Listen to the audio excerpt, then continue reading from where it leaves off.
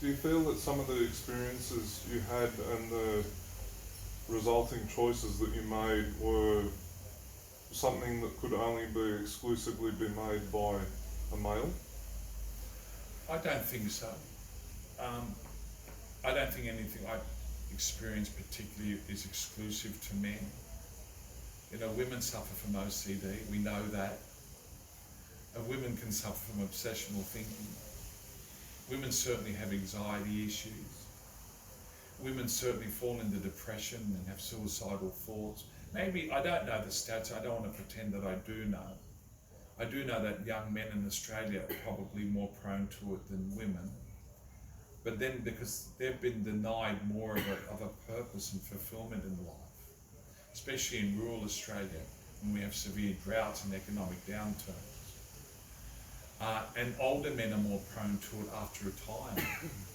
Men who are very successful in their lives, in their businesses, and they're loaded with money, and they retire at the age of 55, 60, 65, and then they go into the full-time retirement thinking it's just going to be golf courses and resorts, and they find out, hey, there's an emptiness there, and they fall into depression. Why? Because there's now a there's a void when it comes to fulfillment, meaning and purpose.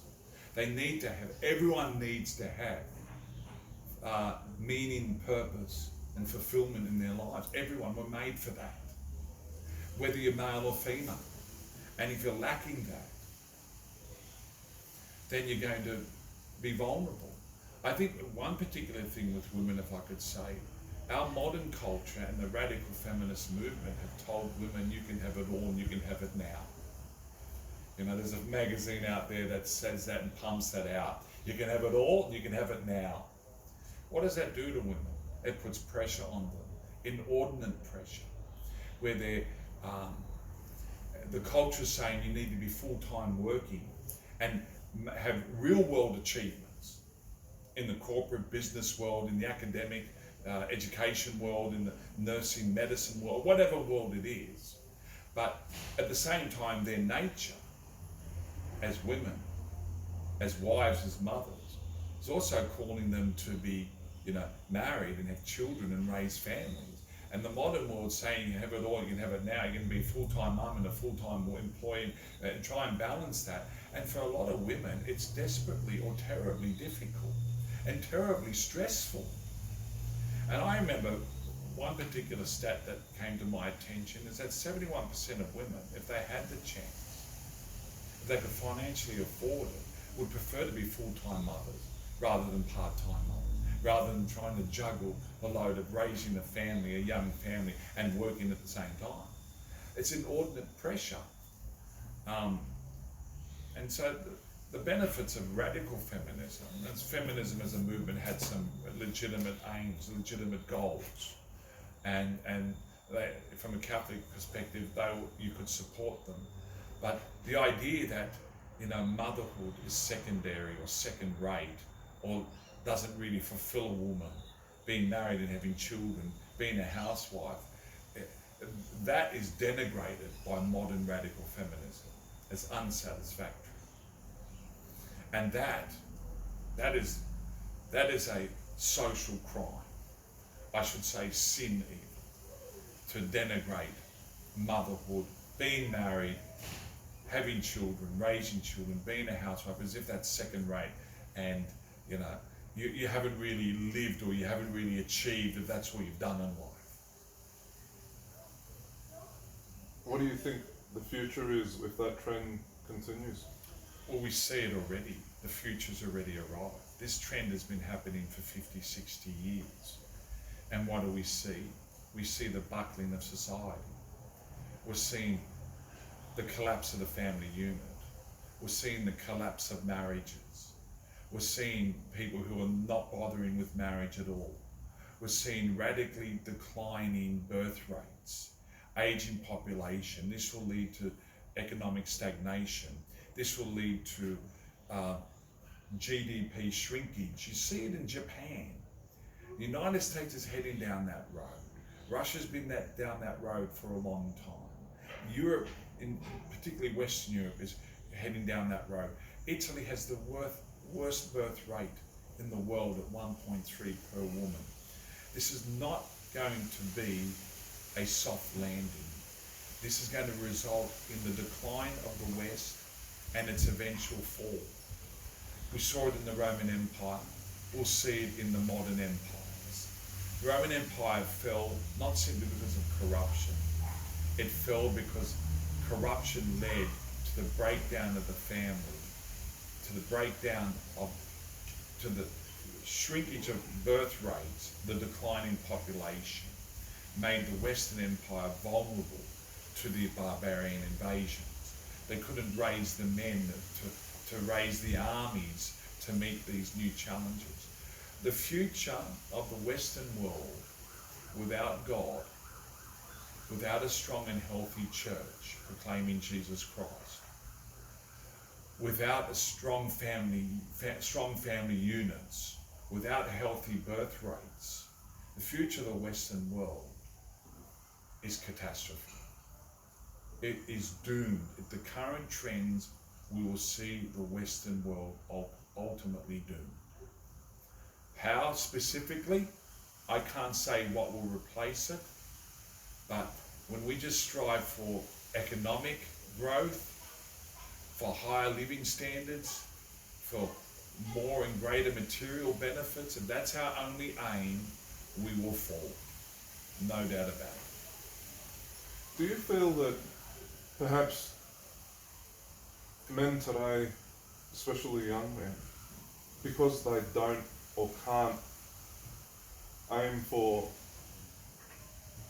fulfilling high enough values, that it simply doesn't attract a woman to have faith in them, and ultimately that leads to people not wanting to get married, or rather people wanting to get married later, because typically, for example, a man might achieve what he does at 35 when he should have done it at, say, 25. Like me.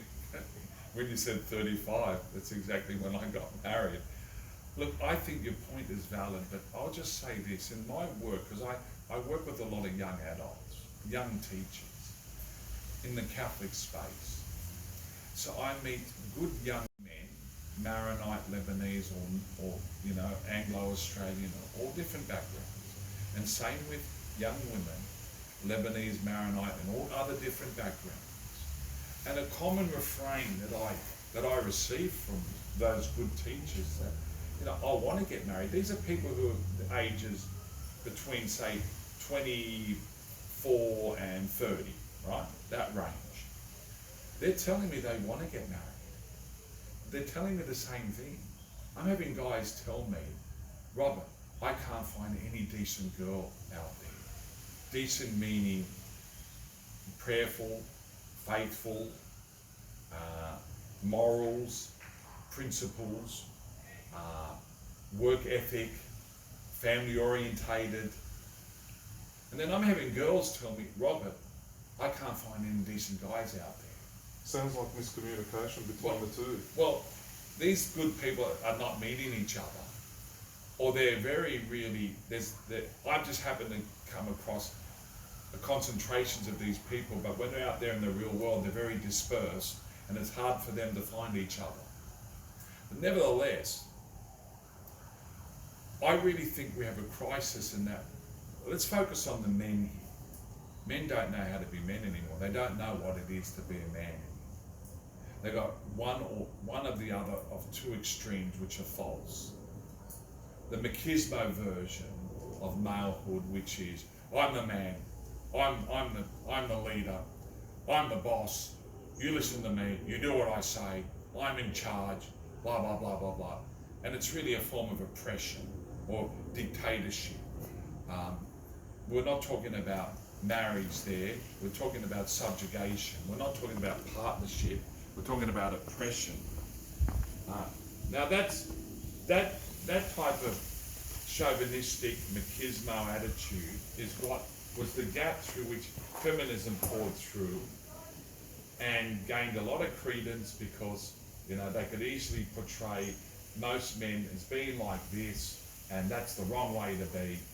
But what's happened as a consequence, we've emasculated men.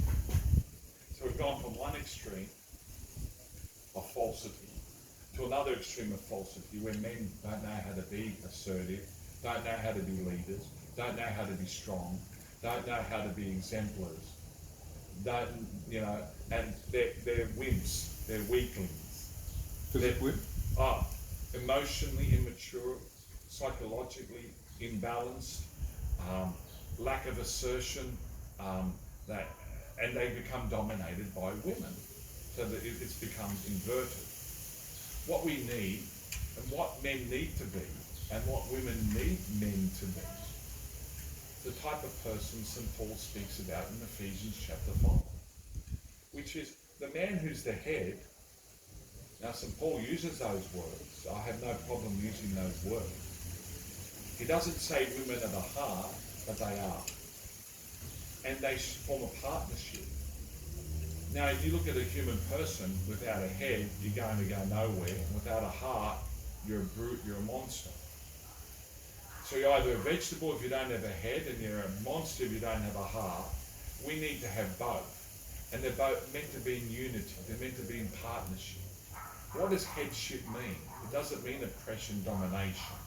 I don't get married and have a family so I can be the Lord over others and though my wife and children serve me. I get married because I'm entering into a partnership which God has formed.